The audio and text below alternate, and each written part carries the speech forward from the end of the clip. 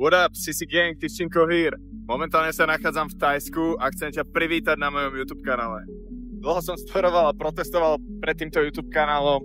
Prišla doba, kedy je to nevyhnutné. Veľmi mi vyhovovalo robiť hudbu, že vyjadrovať svoje pocity, vyjadrovať svoje nejaké príbehy, čisto iba na beat za zavretými dverami. CryptoCartel aj Safe Finance minulý rok prekonalo všetky očakávania. Narastli sme do takých rozmerov, že mi to príde ako nevyhnutnosť, povinnosť a zodpovednosť vystupovať na verejnosti a priblížiť tieto projekty, našu komunitu, čo robíme. A ak pomôžem aspoň 1% ľudí žiť lepší život, tak som uspel. Momentálne sa nachádzam v Thajsku na Koh Samui, milujem to tu. No, je to tu nádherné, som tu druhýkrát v živote. Prvýkrát, keď som tu bol, tak som si povedal, že čoskoro sa vrátim. A to sa aj stalo. Išiel som si tu oddychnúť, lebo minulý rok 2024 celá naša komunita vie, že sme makali hard as fuck. Spravili sme maximum pre tento svet, spravili sme maximum pre komunitu, spravili sme maximum pre klientov, čo to šlo. Keďže som Vianoce trávil na Slovensku, leteli sme z Viedne cez Hongkong, cez Bangkok až na Koh Samui. Poďte si pozrieť, ako prebiehala cesta. Jo. Keďže som vyjebané zviera a non-stop potrebujem míňať svoju energiu a zvyšovať testosterón, tak som sa rozhodol pred cestou ešte si zacvičiť trošku. Nie som moc workouter, ale ako rýchlovka super. Jo, čas je rozmazaný, ale ty presne vieš koľko hodín, toto je moja priateľka. Leteli sme spoločnosťou Air China, prvýkrát v živote, no bolo to fajn. Pred letom ešte skontrolovať tradík.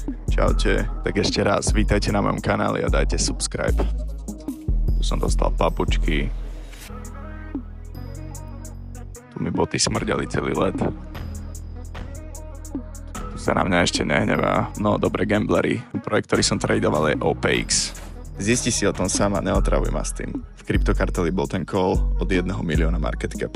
Čítam zaujímavú knihu a v podstate v tejto kapitole sa písalo o tom, že ty potrebuješ mať svoje miesto, kam chodíš rozmýšľať, meditovať nad životom, nad biznisom. Ja to miesto som zistil, že mám v oblakoch na palube lietadla. A vítajte v totalitnej Číne. Samozrejme draky nesmú chýbať. Letisko bolo fakt veľké. Mali sme na prestup 9 hodín, tak sme sa rozhodli ísť do centra, lebo tam je náš obľúbený obchod. Poďte sa s nami na to pozrieť. 这个是中央电视台大仓库。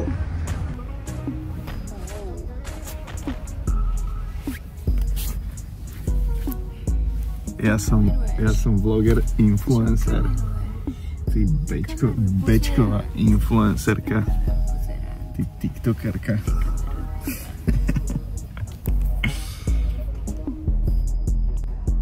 This is the big trousers of CCTV, and the highest one is called the Chinese Sun. CCTV.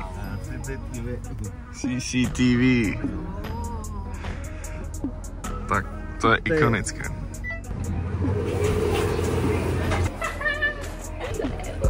Jak sa teší Parcína? Môže byť vo výťahu tlačítko, že Chrome Head. My sme dvojití influenceri, dvojití vlogeri. Nemôžeš ma dobehnúť, ani keby si šiel oproti.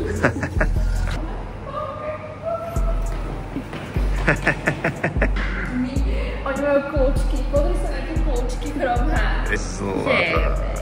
Jak sa z toho teší. To budem mať raz v obývačke. Oh yeah, Clean Fantasy. Ale to, že bude v Pekingu minus 5 stupňov, tak to som fakt nečakal. Že chladnejšie ako v Bratislave.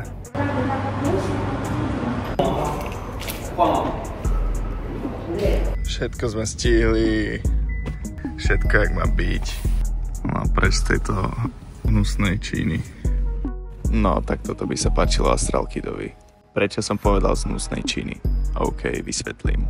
Ale medzičasom dal na shitcoiner Maito call. Mne to preplatilo celé letenky.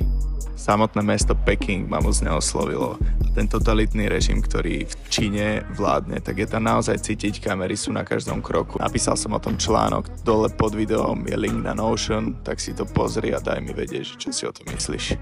Keď sme prišli na ten hotel, tak bolo 15 minút do polnoci. Oslavoval sa tu Silvester a my sme boli tak unavení, že sme si povedali s priateľkou šťastný nový rok, dali si pusu a išli spať. Prvý týždeň sme na hoteli a potom prídu kamaráti Luka Brasia a jeho manažer Samuel Tomka. takže stay tuned a vidíme sa pri ďalšom vlogu. By the way, tento celý vlog som postrihal ja asi za reálne hodinu. Akože neviem, čo je na tom ťažké. Budem to robiť častejšie.